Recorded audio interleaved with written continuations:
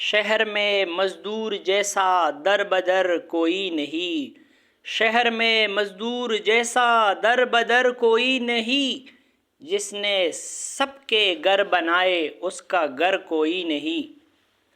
محترم پرنسپل صاحب، معزز معلمین و معلمات اور میرے ہم مکتب ساتھیوں، السلام علیکم۔ آج میں اس ایوان میں تقریر کرنے نہیں ماتم کرنے آئی ہوں۔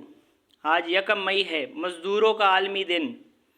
کتنا خوبصورت لفظ ہے نا، لیکن اس لفظ کے پیچھے چھپی سچائی اتنی ہی بدصورت اور دردناک ہے۔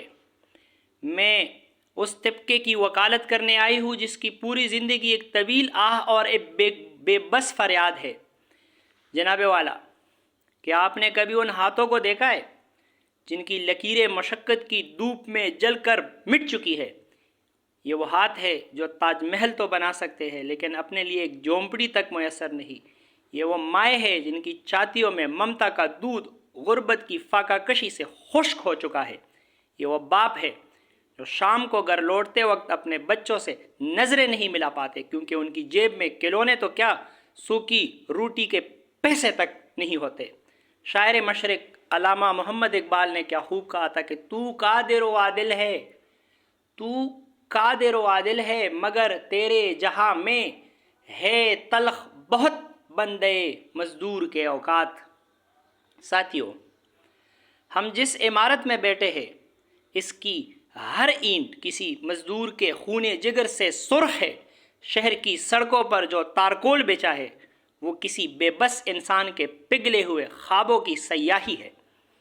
جب ہم ایئر کنڈیشنر کمروں میں بیٹھ کر آرام کرتے ہیں تب کوئی بوڑھا باپ تپتی دوپہر میں سڑک کے کنارے پتھر توڑ رہا ہوتا ہے اور اس کے ہر ایک ہتھوڑے کی ضرب کے ساتھ اس کے دل سے ایک ہی صدا نکلتی ہے کہ اے کاش میرا بچہ آج بھوکا نہ سوئے۔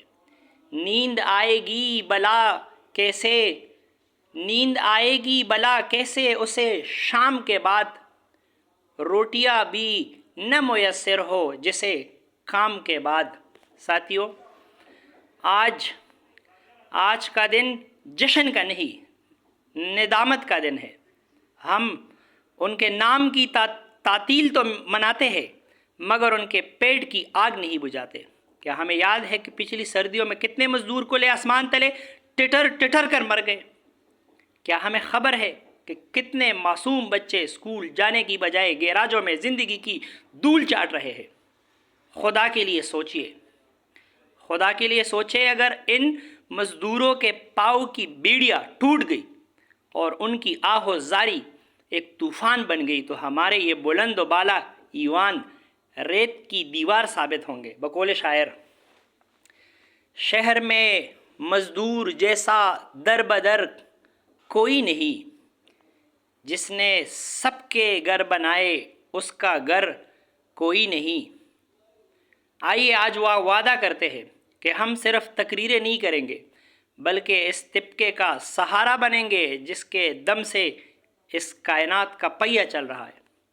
ان کے پسینے کی سوکھنے سے پہلے ان کی مزدوری ادا کریں اور ان کے بچوں کی آنکھوں میں حسرت کی بجائے امید کے چراغ روشن کریں، ورنہ یاد رکھے مظلوم کی آہ عرش کو ہلا دیتی ہے اور جب وہ رونے پر آتا ہے تو پھر زمانے کی آنکھیں بھی خشک نہیں رہتی۔ شکریہ۔